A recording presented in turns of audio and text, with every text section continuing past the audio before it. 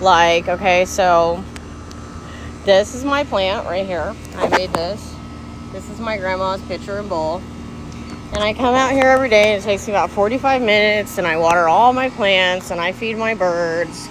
And getting out in nature is like a really good way to get out of your head, which I just hit my head on that plant. Ha ha ha. Because when you can't help yourself, just help someone else, which sometimes you can do and sometimes you can't do. But what you can do is help the helpless plants, because they are alone and they need the water. So today we're going to talk about healthy coping skills, and one of mine is gardening, and one of mine is journaling, and my gratitude list, which I haven't done today because I was fucking pissed that my boyfriend took my phone, even though he hid his from me. So,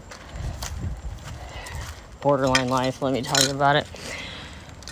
So right now we're turning on the water. We're going to come outside. This is my backyard. That's the neighbor's house, the woman that hates me. We're trying not to care. We got a few weeks to go. I'm in the middle of a court case. We're going to see what happens with that. So guys, I just want to let you know that, we're working through these feelings, and we're developing healthy coping mechanisms and ways to get out of your head. One way to get out of your head: go out and garden. Get out in the sun. Get out in the sand. Go down to the beach. I live like a block and a half from the beach, so I'll go down there. I was going to go down there tonight, but it's really hot here. So I've decided not to do that and just to go through the gardening thing with you guys today. And I watched some Dr. Daniel Fox about the family in the head. And I like, if there's anything I can recommend the most, is learn about that family in your head, because it's really, really true. It's like, and it's true. The family in my head is the family in my head. Like, I hear certain people's voices, like my boyfriends and my kids. Like most strained relationships that are in my life right now. I'm really estranged from my 25-year-old daughter. She excluded me from her wedding, but not till I got there. It caused a little bit of hurt, and I haven't spoken to her since. Hopefully someday that'll be resolved, but we don't know yet. I have a 23-year-old daughter. She is stationed in Japan with her naval officer husband. Thank God she found someone normal. I have a 17-year-old son who I believe to be borderline. He's in kind of a mess right now, but this is what I'm doing this for, just show him that things can get better. So let's do our gratitude list today. All right, so 3 things I'm grateful for. I am grateful for the sun in the sky and a beautiful day. I am grateful for the ability to communicate to someone the way that I feel without getting yelled at. I am grateful for my, weird as you might call it, I guess my daughter-in-law, Brady, who's watching these videos and encouraging me to be the best person I can be, no matter what happens between me and her dad. So I'm grateful for those 3 things today. I'm sure there's more, but we'll stop with 3.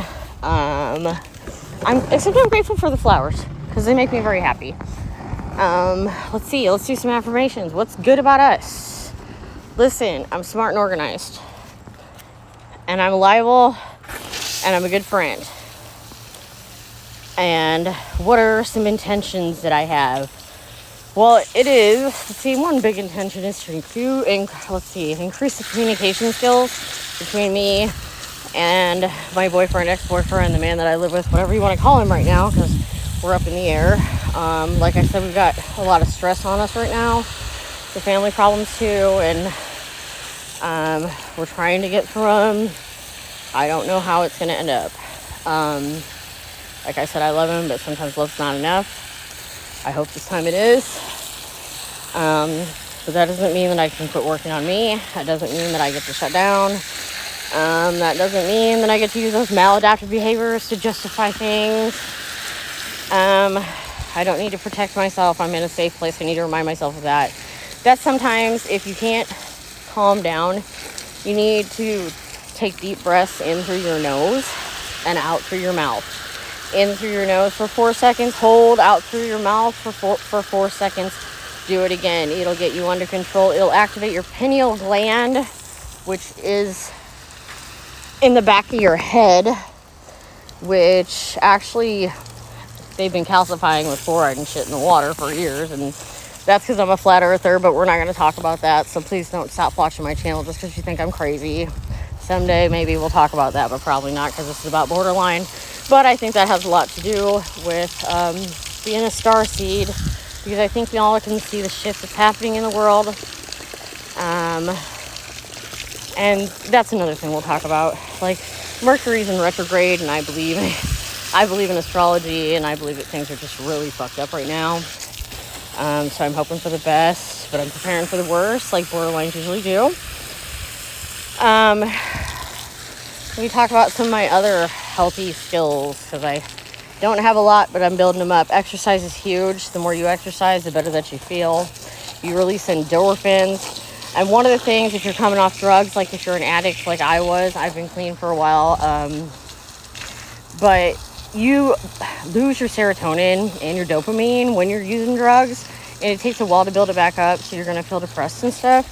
But I just want you to know that the more you exercise and get out in the sun, those endorphins come back, and you don't really lose them, unless you fry your brain into complete mush, which I can't help. Some methods do that. But this is us trying to stay not homeless and out of the woods, right? This is us trying to get better for us and our kids, for our parents, for the people that we love, for us to prove that we're not the piece of shit that they think that we are. I don't know, like I said, if I've got enough time to save it with my man, but at least I learned some valuable lessons in this that I'll take with me into the future. Sometimes I think borderlines are better off just maybe being alone, but I have hope that someday we'll be lovable, or that people will understand us a little bit better, because we're not all that non-normal and stuff. I don't know why my phone keeps switching back and forth. Anyways, y'all, peace out. The garden is done. Go find yourself a healthy activity. Get out in the sun. Go walk the beach. Go take a walk.